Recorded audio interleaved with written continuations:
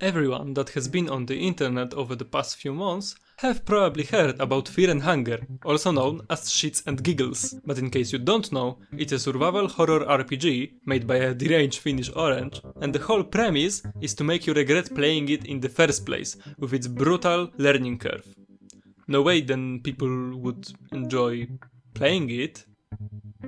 What the fuck? Now, the concept of a grueling gameplay that people enjoy is nothing new. I'm looking at you, Souls. But the way it is implemented here is something I really like. The nature of punishing gameplay is about that dopamine hit when you finally get something done. And oh my, it is pure crack. But how does that work?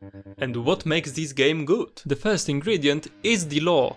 The game wouldn't be that scary and convincing if its environment and theme wasn't well crafted. You will feel uncomfortable because who knows what lurks in shadow and mist, and you can easily tell what lurks here. Monsters, with each being more disturbing than the last one. Then there are gods and those that ascended human form, being strong enough that mere presence or trace can bend you to their will. Alongside them, each person possesses a soul type, which makes for one of the most interesting magic systems that I have seen. Occultism here serves as a way to learn spells and abilities associated with each deity. It also enhances the roleplay aspect. You can pick your favorite and live by their teachings, or you can reject them and choose your own way. I won't spoil you anything else. The second one is engaging resource management. You are on a timer. After all, the game title is about your too limited and gradually depleting resources. That is Shits and Giggles, of course. You can't play too safe because your food will run out, and you can't play too recklessly because you will get your head smashed onto a wall after you run into an enemy that you could have maybe avoided if only you were more careful. You see the problem now. Playing this game is a constant risk management, and there is no guarantee that correct decisions will lead to good results. Carefulness is advised, but not taking any risks will lead you to wasting resources and not amounting to anything. That's why it's so engaging. You cannot autopilot at any point, which with excellent soundtrack and unique visual design make for a very tense and scary gameplay. Sounds fun, right? While Hunger itself is self-explanatory and straightforward, Mind is a bit more interesting. It works similar to Sanity Stat in Don't Starve, shout out to my previous video, and it shows how you and your party members feel, which will dictate some special events and your capability to cast spells. There are no mana pots, there is alcohol. And how could I forget? Keres? There is something inherently funny about smoking a joint to cast a fireball.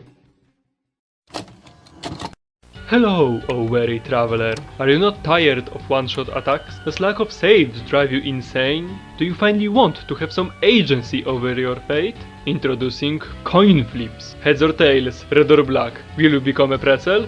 Who knows? Let the insanity unfold. Thus I, the feline one, grant you this gift.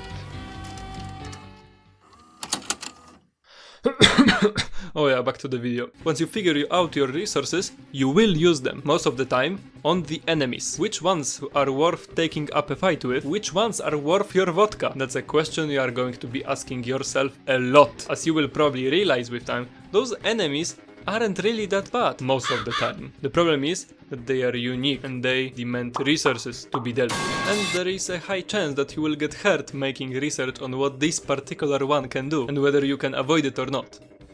And die. Die a lot. Which leads us to the last and the most important step. Gaining knowledge. And the way to do it, as we've already established, is to experiment and die.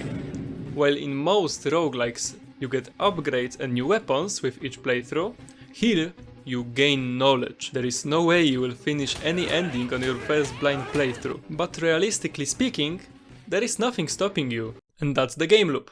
After each death, you gradually get stronger. After each try, you understand more and challenge the status quo of the world you found yourself in. Your strength is in the struggle and perseverance. And in struggle, you will refine yourself.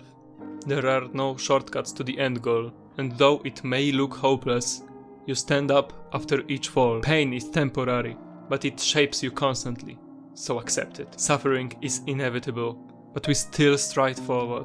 Pain doesn't define you, but how you respond to it. And pray. Pray to the god of fear and hunger.